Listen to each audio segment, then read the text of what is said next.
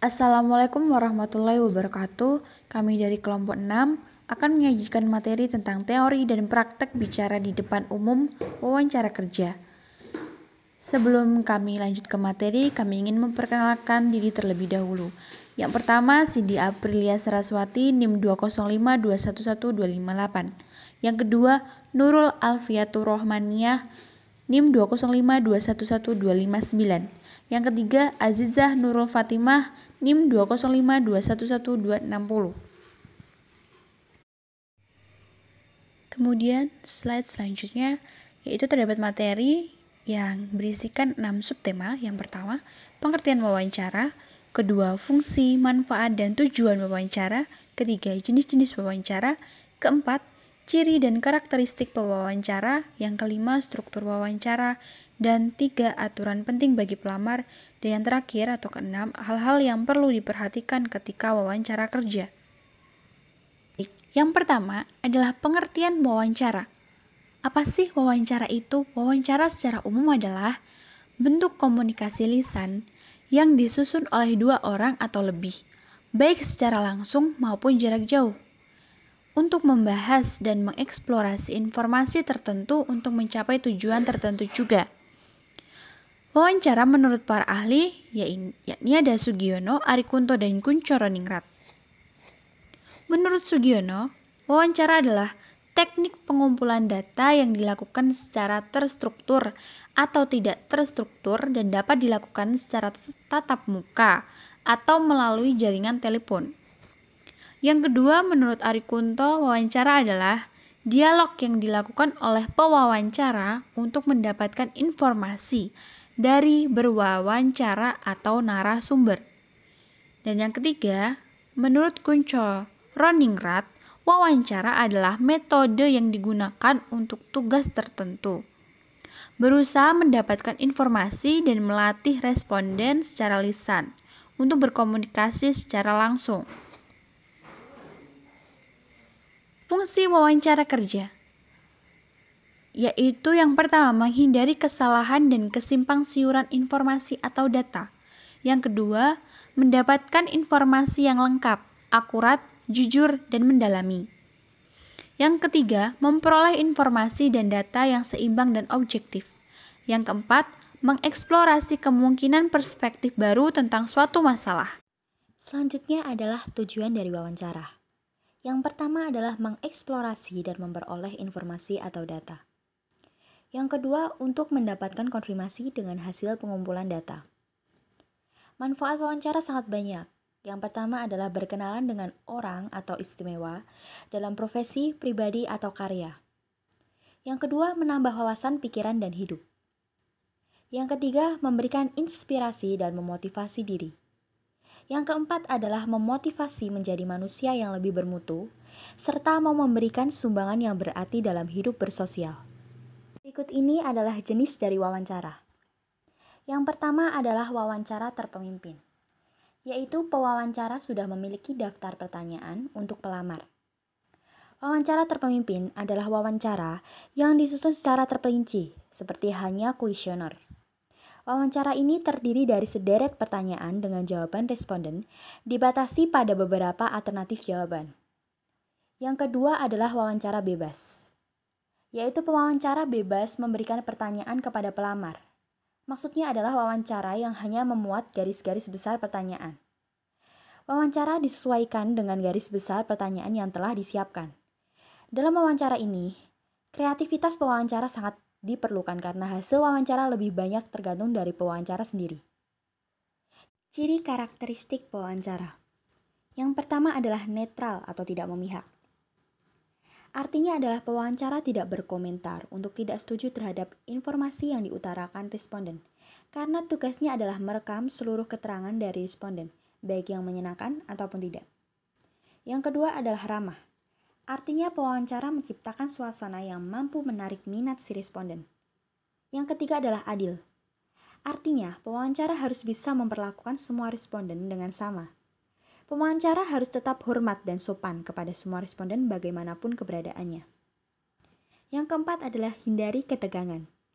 Artinya, pewawancara harus dapat menghindari ketegangan. Jangan sampai responden sedang dihakimi atau diuji. Kalau suasana tegang, responden berhak membatalkan pertemuan ini dan meminta pewawancara untuk tidak menuliskan hasilnya. Pewawancara harus mampu mengendalikan situasi dan pembicara agar terarah dan berjalan lancar. Struktur wawancara yang baik dan benar. Yang pertama adalah awal wawancara. Ini merupakan bagian permulaan wawancara dan merupakan orientasi tentang apa yang akan dibahas, dibicarakan, dilakukan, dan terjadi dalam sesi wawancara. Awal wawancara berfungsi untuk menciptakan hubungan baik antara pewawancara dan pihak yang melamar. Pelamar akan diberikan beberapa pertanyaan. Yang kedua, tengah wawancara merupakan bagian inti dari wawancara, memakan sebagian besar waktu wawancara, dan pewawancara dan yang diwawancari. Selain berkomunikasi, bertanya, menjawab pertanyaan, berbicara, dan menanggapinya, selain itu ia juga akan mencocokkan spesifikasi antara Anda dengan deskripsi kerja. Menjadi tugas pewawancara untuk mencari seseorang yang berada di posisi yang sesuai dengan visi perusahaan tersebut. Yang ketiga adalah akhir wawancara. Sesudah wawancara dirasa cukup dan berhasil, pewawancara meringkas isi-isi pokoknya, menjelaskan apa yang akan dilakukan dengan hasil wawancara tersebut, dan tidak lanjut apa yang akan dilakukan pewawancara dan apa yang diharapkan dari narasumber. Yang keempat adalah tindak lanjut wawancara. Pada tahap tindak lanjut wawancara yaitu mencakup apa yang akan dilakukan selanjutnya dengan hasil wawancara tersebut. Contohnya adalah hasil wawancara dimuat di majalah, surat kabar, atau media online. Yang kedua, hasil wawancara ditayangkan di TV atau disebarkan di YouTube dan sosial media. 3 aturan penting bagi pelamar. Yang pertama adalah jadilah dirimu. Sikap ini sangat penting dalam menghadapi wawancara kerja. Jangan mencoba menjadi orang lain ataupun berpura-pura, karena hal ini akan menurunkan citra diri karena terlihat tidak wajar. Ketika seorang mampu menerima diri sendiri, akan memunculkan sikap kreatif. Yang kedua, kenalilah dirimu. Kenali dirimu secara fisik maupun psikis. Fisik dapat dilihat secara langsung, sedangkan psikis dapat tercermin dari karakter dan kepribadian.